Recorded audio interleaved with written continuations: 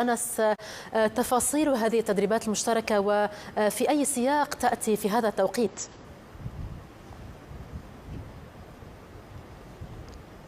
نعم، هي مناورات تعد الأضخم في القارة الإفريقية، تقيمها كل سنة الولايات المتحدة بالتعاون مع المغرب، القوات المسلحة الملكية المغربية والجيش الأمريكي، بمشاركة نحو 20 بلدا، نحو 6000 جندي يشاركون في هذه المناورات التي تشمل تداريب وتمارين عسكرية برية وجوية وكذلك بحرية.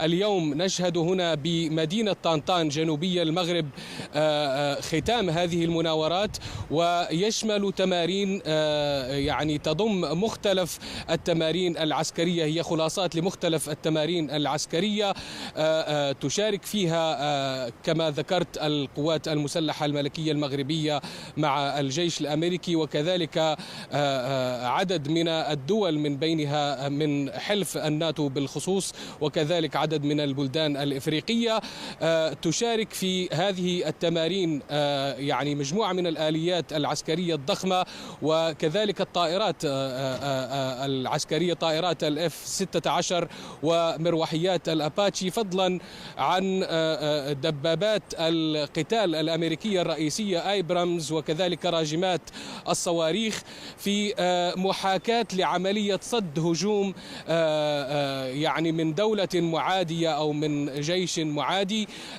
تأتي هذه التمارين في إطار تعزيز القدرات العسكرية المشتركة والتعاون البيني بين المغرب والولايات المتحدة. الولايات المتحدة تعتبر أن المغرب شريك استراتيجي في المجال العسكري، خاصة في المنطقة التي تشهد تحديات أمنية متزايدة وتهديدات إرهابية، خاصة في منطقة الساحل بعد انسحاب فرنسا من المنطقة. بالتالي اليوم هذه هي الدورة 19، يعني بعد نحو عقدين ما زالت الولايات المتحدة في تعاون وثيق مع المغرب لترسخ استراتيجية للتعاون العسكري مع المغرب في مواجهة التهديدات الإرهابية بالمنطقة وضمان الأمن والاستقرار. شكرا لك أنس على هذه التفاصيل. أنس عياش، مراسل الشرق.